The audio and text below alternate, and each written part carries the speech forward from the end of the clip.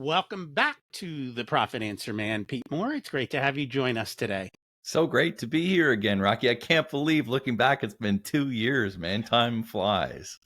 Time does fly.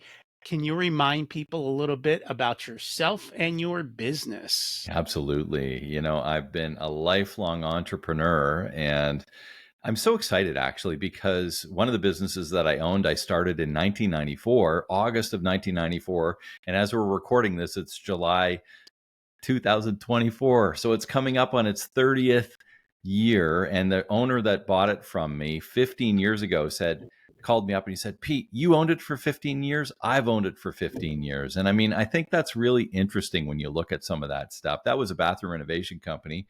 We've had, We've had cleaning businesses that we bought at 30 customers, sold at 300, 10 times them. I used to be a business broker helping people buy and sell businesses, which is how I found the business that I still run 14 years later, which is called Shoetopia. We own some shoe stores here in Ontario.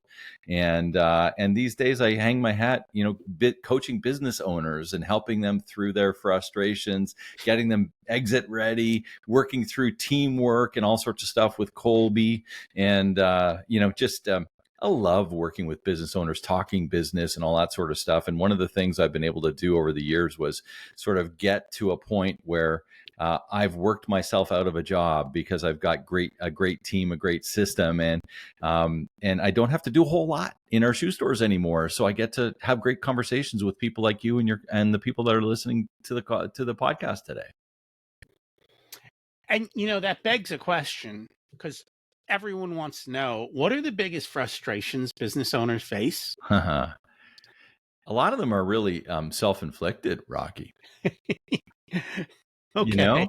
And it's interesting stuff, but it's like, oh, I don't have any time. Well, when it comes down to the time, that's a big one for a lot of business owners that have been at it a while, right? It's like, I want to actually take a vacation. I want to get away. I don't want to have to open the store. I don't want to have to make all the sales calls. I don't have to hire every employee, whatever the case is. And they feel as though they have this weight of 20,000 pounds on their shoulders, weighing them down. And that kind of grows, and it's pretty natural as you grow your business, because starting off the business, it's like you have to do all that stuff unless you've got a big back pocket and you can just start hiring all those things off the bat. But that's not the case for most small business owners and entrepreneurs and founders that are kicking off stuff. They got to do it themselves. Well, one of the things is that you get habitualized into making all the decisions. And like any other habit, any other addiction, any other issue around that, it just happens, and it's hard to break that habit. And so it takes actual brain juices and power to think, okay, I'm actually going to let somebody else make a decision. Well, how do you do that? It's usually, I've got a framework called the CPA, and it's usually around better communication, better process management, and better accountability within your organization. Because when you have all three of those things and they are working in a seamless manner that make things happen in your business without you, you can enjoy a little bit more freedom. You can maybe not answer every phone call, maybe go away on a vacation for longer than a day. One of the questions I ask, because I do a lot of work, Rocky, around, are you exit ready? And I know we're going to chat a little bit about that. But one of the questions I ask a lot of the business owners, when was the last time you took a full week away without your phone, like without the ability for anybody at work to contact you? And if they say, oh, I do that regularly. Okay, when was the last time you took a month away? Have you taken a month sabbatical off of your business without any contact? No emails, no phone. Because most business owners leave, they go away on vacation, the phone's attached to their hip, they're answering calls, they're answering texts, they're answering emails, all this stuff. And that's not going away on a vacation. That's working from another location. That is correct. And I get it. And one of the reasons that I love businesses to be exit ready is not that the business owner wants to exit. It means that you've got systems and processes in place.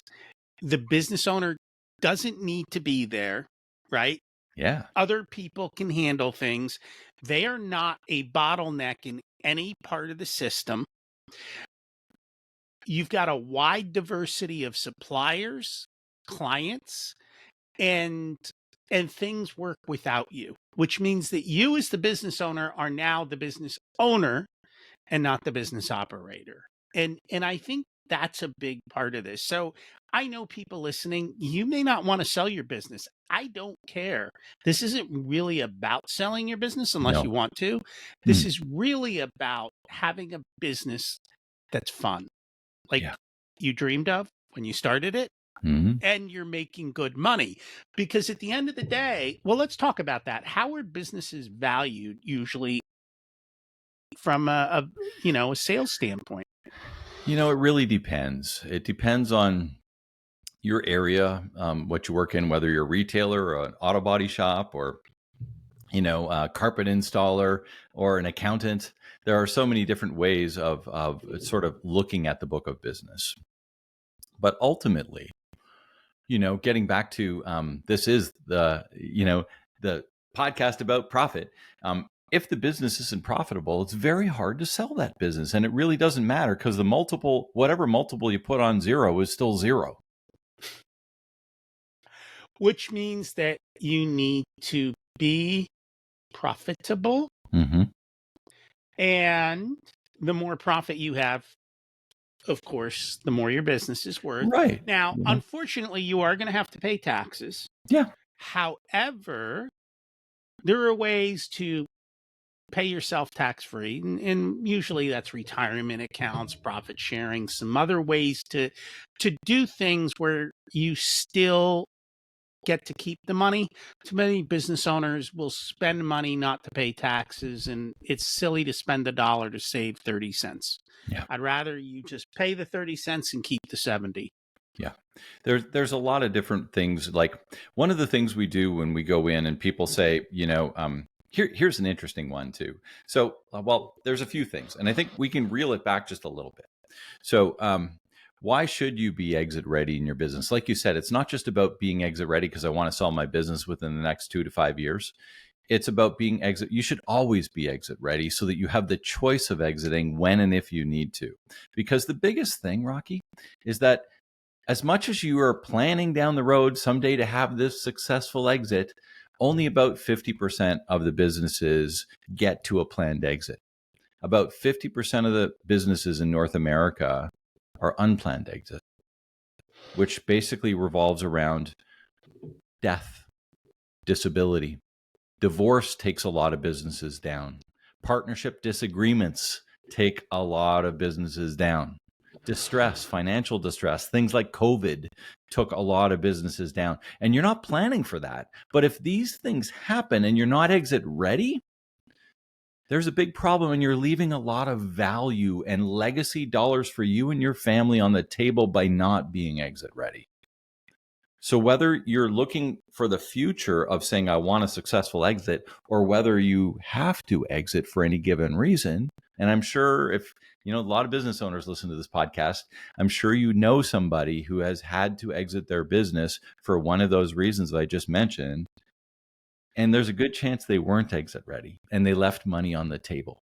And if your business is running on rails, and if your business can make decisions without you, and if your business is profitable, think of how much easier that business would be to sell than if you have to go back and work through all of those things while you have cancer or whatever the case is, and you're trying to do all of this stuff to get your business to a point where it's actually sellable in your period of heavy distress. You know what?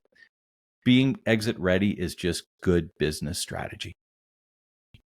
It is. And I think exit ready businesses are probably more profitable. I just assume that because you've got systems and processes in place, things are documented. There's not what I will call wastage. Yeah. I'm always amazed at when you look at the books, how much money businesses tend to waste in that whole process. And so I totally agree with you. So let's just kind of dig in. What does it mean to be exit ready? Like, what are the different things that you're looking at that makes somebody in that space? Well, from the financial side of things, it's like, How clear are your books? How clean are your books? Is there a motorhome on your balance sheet that shouldn't really be on your balance sheet? Is there a Porsche? Is there a cottage that you use once a year for business retreats that you're writing off? Like, all of these things seem like they're good ideas because you can get your profit down so that you can get, your income down on your profit and loss sheet, so that you can pay less taxes. But at the same time, if you're trying to sell your business, you have to recast all of that. And it's up to the new owner to kind of look at all this stuff and whether or not they believe the arguments that you'd given to, to tell them, well, my business is actually a lot more profitable than it looks like on my income statement. And it's like, okay, I'm not really sure it does, because if it was, then it'd be on your income statement, right? So all of these things, when we recast income statements, we recast balance sheets to get the true value in order to come back with that. It's a lot easier if they're already clean and you don't have to do all that work. And that's true. One of the things I like to tell business owners, especially if they're more than one owner, Mm-hmm. is you should each have your own holding company. Yeah. And you keep the business clean. Yeah. And then you play with all your yaya in your holding company. Yep. And that way, the two of you aren't arguing, hey, I want an RV and I want a Porsche. Well, Yep. they don't match. So how do we do that inside the business? If you do it in your holding company, who cares? That's your problem. That's his problem. And in this case, it also makes the business, you've got less of that inside of the company. Yeah. So, I mean, that's one of the first things we do, really, is just to kind of say, okay, how clean are these statements? And let's go back over the last 3 years, see where we're at, because here's one of the things, one of the kickoffs really is understanding what your business is worth. And most business owners don't know. They haven't actually had a valuation done. They really don't know. Their buddy at the golf course said he sold his business or her business for $1 million, and yours should be worth that too. But, let's get down to the dirty and get you a valuation so that you can actually start looking as to whether this is the valuation you're expecting to see. Because if it's not, and that's what you're planning on, and about 80% of small business owners, their wealth is tied up in their business in North America, not in external facilities. So if 80% of your business is your nest egg, and that nest egg isn't worth nearly what you thought it was, that's a problem. And it's a big problem that faces a lot of business owners. So let's know what that is. And if we need to make some changes, this is where the coaching side of things comes in. It's like, okay, we need whatever, somewhere between 2 and 5 years usually, to implement a lot of this stuff so that we can actually get it rolling. And then once we get it rolling, we're reinvesting back in the business and creating better process, which is a big one, because if all the process is in your head, that's a problem too. How can you transfer that to a new owner? We're documenting everything around your team. We're documenting everything around your process, your sales structure, your hiring structure, your firing structure, your opening procedures, your closing procedures. We're documenting everything, and in many different ways, because that's one of the things that you're selling. You're selling a proven process. Think about McDonald's. There's a certain way they build that Big Mac. Well, you need to do that same sort of thing for your business in order to prove the process and show them how the sales are made and how the profit is made in the business, so that they can do that in comfort and in confidence when they take over without you. And you don't have to stay there long afterwards, which no business owner likes to do. They think they do, but They don't want to. It's usually not a fun time. No, it's not. Out of curiosity, the biggest objection I get to all of that from the business owner is, when am I supposed to have time to build this? I'm too busy in my business. I'll use this one. I use this one a lot, Rocky. So if you're doing payroll, for example, payroll is taking you 2 hours every 2-week period. Well, that's 52 hours a year that you are going to be doing payroll. So you're actually working payroll more than a week a year if you're spending 2 hours a week, when you look at that. So if you can't find 5 hours to do the process and open a Loom video and show them how to do the payroll and where to put where to input the hours and stuff like that. And that takes you 5 hours or maybe 10. If it took you 10 hours so that you can align and assign this process to someone else on the accountability chart within your organization to knock off for you in confidence and to save you 42 hours in the future by spending 10 hours now, is that not a good trade-off? Well, in what I always talks about are two things. One is what I call loves and drains. Yeah. And the loves and drains exercise that we have is basically to say, what are the things I love doing in my business and what are the things I hate? Because whatever you hate in your business, you won't do. Or it will really be like pulling teeth. So the first thing to get off your plate are the drains, Yeah. right? And if you love payroll, great. But what are the things you don't like? And then the second thing is to look at how much do each of these tasks actually, let's say, cost to do. And the question is, why are you doing $20 an hour work when you could be doing $500 an hour work? And that's the other key. And so Sure. that's kind of the way I think people need to think of it. Yeah. And again, you got to learn to let go. And I know that's not always easy. I have a very similar exercise that I put my clients through, and it's called Love It or Leave It, but very similar, Yeah. exercise, love it or leave it. And I find the real power with that, Rocky, is after you've done it to let your team do it too. Yes, because, and this to me is another major problem. Wrong person, wrong seat. Yeah. Right. And Yeah. if everyone sits down and they write it down and you start to realize, oh, that one likes payroll, Mm-hmm. that one likes dealing with this, and that one, like, swap the duties. Like, I know. It's why so are you making crazy, people but do I stuff they mean, don't like? I don't know why, so many small business owners hold on to this kind of stuff, but the real power comes when you can transfer this to your team. And that's why I love working with teams. It's, if we go back to episode 108, we talked about the 5 Ps when I was last with you a couple of years ago, but the 5 Ps, just to kind of refresh that, it's understanding your promise, aligning your process, your product, and your people to that so that you can have the right amount of profit. And in that people portion, it's such a big piece of your business and can drive even more profit if you get people in the right seats. So by doing this sort of exercise with your people, and that's one of the reasons why I'm a Kolbe coach with the Kolbe system and Kolbe assessments, we start overlaying Kolbe and have a better understanding of each person on our team and how they make decisions. And sometimes it really pops out. It's like, wow, one of the reasons you're so frustrated is because this job is really not for you. Let's move you over here. And you see people flourish, right? And they love it and you love it. They're more productive. They don't feel bad at the end of the day. They feel energized because they're doing what they love to do, not what they want to leave doing. And so all of this stuff just meshes in perfectly as we build a better business, a more profitable business, a business that's more exit ready, and a business that offers more value to you and leaving your legacy to the family and all of the things that you may want to do with the money as you exit somewhere down the road, whether that's a year down the road or 20 years down the road, it doesn't matter.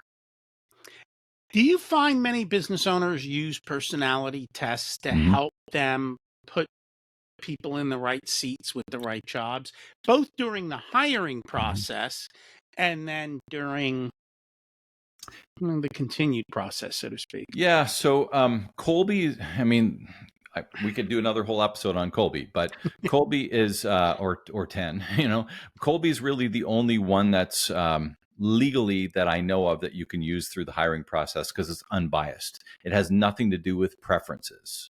So when you look at DISC or Enneagram or StrengthsFinder or any of these other ones, and I love those too, but not for the hiring process. So the hiring process, Kolbe is all about how you make decisions, and it really doesn't matter if you are black or white, or if you're male or female, or if you're 20 or 40. It doesn't matter what you've learned. It doesn't matter any of that sort of stuff. It's got to do with who you are.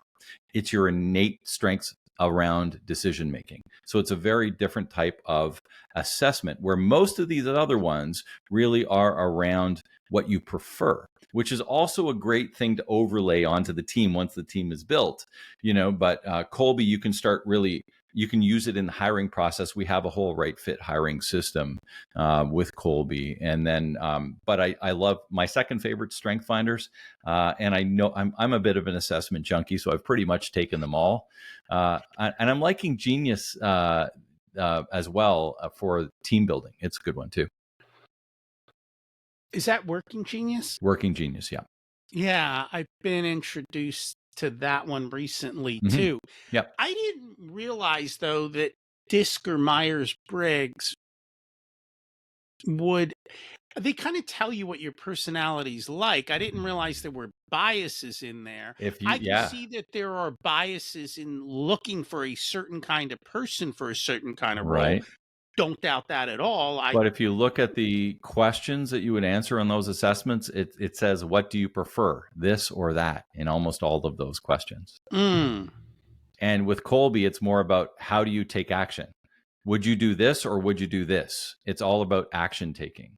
And for that okay. reason, it's the doing part. So there's three parts of the mind. There's the cognitive, what you've learned over the years, right? Like your IQ test, all that sort of stuff. There's the emotional intelligence side, which is all the DISC and all of the ones I was just talking about. And emotional intelligence is hard because if anybody ever takes you to court because you basically scrub them from one of those haven't held up very well. So and you don't want to get sued on something like that, right? Whereas Colby holds up every time. It's unbiased and it's been around for 50 years and it's Huh. perfectly good. Mm-hmm. I was not aware of that. There you Thank go. you for sharing that. Yeah. So we got clean books. Yeah. We've got processes. Yeah. We've got right people in the right seats. Yeah. What else do we got to do? You got to clean up your client list. So what does that mean? So if any one client is more than 10% of your revenue, that's a problem. So the idea here is you want to spread, just like taking risk out of anything else, right? Because a lot of times the business owner is attached to their big clients. And when the business owner leaves, that's a problem. So we got to look at the client list. If you have a lot of clients doing a little bit of volume, that's better than a few clients doing a lot of volume as far as a risk sort of assessment of that business. And if you have recurring revenue in your business, if you have a recurring revenue model, make sure that those contracts are strong. In footwear, we don't have a recurring revenue model. People come into come into our store and buy shoes when they want to buy them. But at the same time, if I had a recurring revenue model, like an ongoing course that is every month or whatever the case is, there's a lot more multiples around ongoing revenue like that. So it's an interesting thing to think about how you might be able to implement that in your business. The other thing is culture. The culture of your business. How are you thought of in your town, in your organization, or in your city, or within your associations? How do you show up? Are you a leader in culture, or are you a follower in culture? And can you prove that? And can you go through and say, hey, we've won this award, we've done this, here's all the things, here's the charities that we're involved with, all the different things. When you can show that you're a true community person in the community that you work in and do business in, it's a real value. Not saying a person, I'm saying your company is a true community player, right? And what are you doing for the community that you take money from when you invoice them?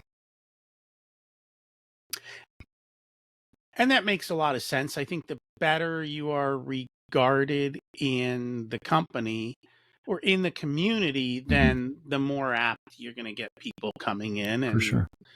they respect you and Mhm. all of that kind of stuff. And so So that you need is to, definitely you really need to have clean books that are very understanding. Clarity is such a key piece here, Rocky. It's so key. Clarity in your process, clarity in your people, clarity in your clients, clarity in your culture, clarity in your books. If you have a clear picture that you can basically say to the business broker, here you go, and they can say, this looks good, I can sell this. Away you go. Is there a reason you haven't created that subscription model for your shoe store? Yeah, well, it's definitely something we've thought about. It's like, hey, can I just send you your pair of Birks every May 24th weekend, and we're good to go. So, but Well, you got it's to send different ones for different seasons, there you right? go. Yeah, I mean, we have a loyalty program, and there's other ways in retail that we measure returning customers and stuff like that, and we do measure that, but it's not necessarily a contract, right? And if you have a contract around certain things that are recurring, it's like, hey, we just charge your Visa every year on this or every month on this, like a cable Right, subscription or any of these kind of things. Those are very valuable, and you'll end up getting higher multiples for that. But right, even being able to prove like an email list, right? Like if you can prove an email list and you can show that you have, 12,000 emails and you have an open rate of 60%, and industry standard in your industry is 30%. And out of those 60%, you have a higher click ratio and you have higher returning customers than industry standards. Like those things are available now. And if you can prove that, that's going to give you a better case to show the new owner that you're leading the charge. You're not in the middle of the pack, or you're not in behind. The more of these things that you can show that you're ahead of the game as far as any of the industry standards that you're able to get, so important on building the value of your business for that exit. there's actually, and I don't remember the name of it, but there's actually an insurance company that markets to classic car owners, Mhm. and they built that type of a following Yeah. that everybody loves them and reads their stuff Yeah. and is with them, and that's not easy to do, though. No, it's not. But that's why I said earlier, you know what? If you're thinking of selling your business, don't think you're going to be out in 3 months, No. unless you're okay to take a discounted value, because it takes time to put these things in place, and you have to actually have proof in behind it. So not only do you have to put it in place, you have to let it run for a while to make sure and prove it, so that when you're actually presenting it to the new potential owner down the road, you can basically say, hey, we've been running this process for 3 years or 13 years, whatever the case is. And this is just how it works. And our team knows it and understands it. It's documented. It's in written format. It's in video format. It's in audio format. We train to it. It's onboarding, all of this kind of stuff. And it's there for you. And it's all easy to find. I call it the sure process management, which is searchable, understandable, reachable, and oh gosh, I can't even think of the last one. But basically, it's been a while since I ran that one. Yeah, But the last one is has around executable. There you go, executable. that was what And was so coming up. you need to have all those things as part of your process, because if people can't find it, understand it, and basically execute it, it's not a good process. Yeah, and I think we make this too difficult, right? It really isn't that hard to No, create basic videos in it's not. today's world. You don't need a studio. You need an iPhone, right? Or a screen recorder. Like if it's stuff on a screen, go click, show them where to click buttons, right? Exactly. Explain the why behind it, Yeah. and then whoever comes in can just follow the process, and Yeah. I mean, you I'm create. I'm sort of tool agnostic, but I mean, for that, we actually use one called Loom. It's just Yeah. so easy. You pop up and you go around, and then Loom will transcribe it for you, even. Or you can pop it off and put it into Otter for a transcription. Take that transcription, put it into ChatGPT, and tell them to write a process manual on it. And it will give you a process manual that's probably 70 or 80% of what you actually want. But one of the biggest reasons we don't do this, and you said it already earlier in the episode, was, when do I have time to do that kind of stuff? Well, with these technologies today, if 80, getting started is 80% of getting it completed, right? And if you can get 80% of it completed literally within about 3 touches of a button after you hit stop on the recording, which you can now with these technologies, all you got to do is clean it up. And you don't have to do it. No, Your people who are doing it can exactly. create their own process manuals, For sure. um, and update them as needed. For And that's sure. the other thing. If something changes, just teach them, hey, our process is when a system breaks, you update it. Yes. And if you're doing this little by little, it'll get done. Maybe Yep. it takes you a year. Who cares, right? But at Exactly. least it's being built out and it's easier to deliver and so forth. Like, where do you start? You start with the low hanging fruit. How do we Mhm. open the store? Like when you come in the door, you unlock you know, the checklist, right? I punch the code into the security system. I turn on the lights. I vacuum the floor. I do whatever the opening procedures are. And that's the opening checklist. And then you have a closing checklist. And then you have a banking checklist. And you have a hiring checklist. And all of these things, you're just building them along the way. And I got to tell you, when you start doing this, it gets a little addictive because you can see people starting to actually use them. And you're like, oh my God, why didn't I do this like 10 years ago? Well, and that is a struggle for some business owners is to get the people to use the checklist. But I will tell you, when you use a checklist, you no longer are using thinking power. Yeah. So you're literally can cruise down and go click, click, click, click. You're not thinking, what do I have to do? Did I do it? Just go do it. And it is so much faster to get stuff done when you have a checklist. Yeah. As a matter of fact, we're in the process of redoing some of our checklists. You know, there are no perfect processes, but we're always trying to perfect them, right? And that's Yeah, just a normal thing. You got to get something down, get it down 80% is good because it's better than not having anything. And you're always going to tweak it, make it a little better along the way. But I'll tell you what, as far as getting that valuation and getting your business exit ready, the new owner doesn't want a process that you're not running anymore because it's still in the book from 5 years ago and you don't even have that system.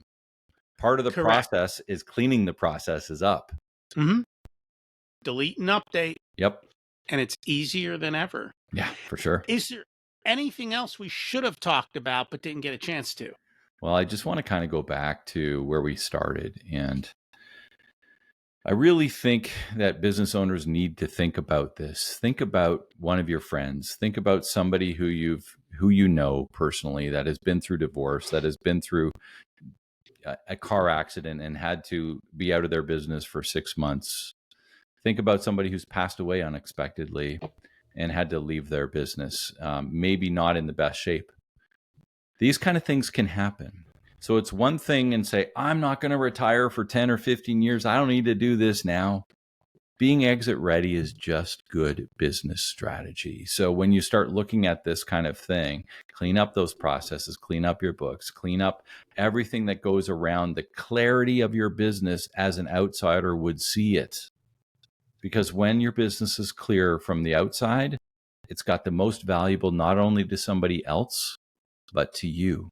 That's going to give you your freedom. That's going to give you the choice as to where you want. Remember the love it or leave it, or you called it, what did you call it? Love it and Oh, loves and trains. loves and drains. You can, when you're working in the area that's most beneficial for your business and you're loving work, this is why some people want to sell their business because they're like, I'm just done with this because I don't want to make the decisions anymore. Well, it's usually because they never let anybody make the decisions. They never set these things up and they get so frustrated, they get to the boiling point where they just want out. Once we take them back to where they really love it, a lot of times they don't actually want out. They just want it out of the day to day. They wanted to move from detail to dashboard. And this is the way to do that by getting your business exit ready so that you can move from detail to dashboard. You can enjoy the profits of your business. You can enjoy the life that you want to leave as a business owner. And I know you used to say this on your podcast. I think you probably still do, but business owners are the backbones of their communities. And one of the things that you can do when you have your business running is you can spend more time in your community helping your community. And that's what I love about it too. And that is so true. And all of these things also make for a better workplace. So you're helping your employees and they make you more profitable so you can pay them more and attract better people. Yeah. So it all kind of fits together and everyone Does. doesn't realize this stuff all goes together. Does. And it goes together quite nicely when you put it all together. Thank you so much for joining us today. If people would like to connect with you, learn more about you and your services, how do they do that? Best way is head on over to my website. It's a long one. My company's called Simplifying Entrepreneurship. So simplifyingentrpreneurship.com. There's a resource page there with all sorts of downloads and ebooks and a couple of assessments around Are You Exit Ready? So lots of different stuff that we are going to have there for you if you want to check out a little bit more about what we've been talking about today. And thank you so much for joining us today. Thanks, Rocky. It's great to spend some time with you and your listeners again here a couple years later. Thanks for listening to this unedited video of the Profit Answer Man podcast. If you'd like to catch the full episode and learn more about what we do, check us out at profitcomesfirst.com.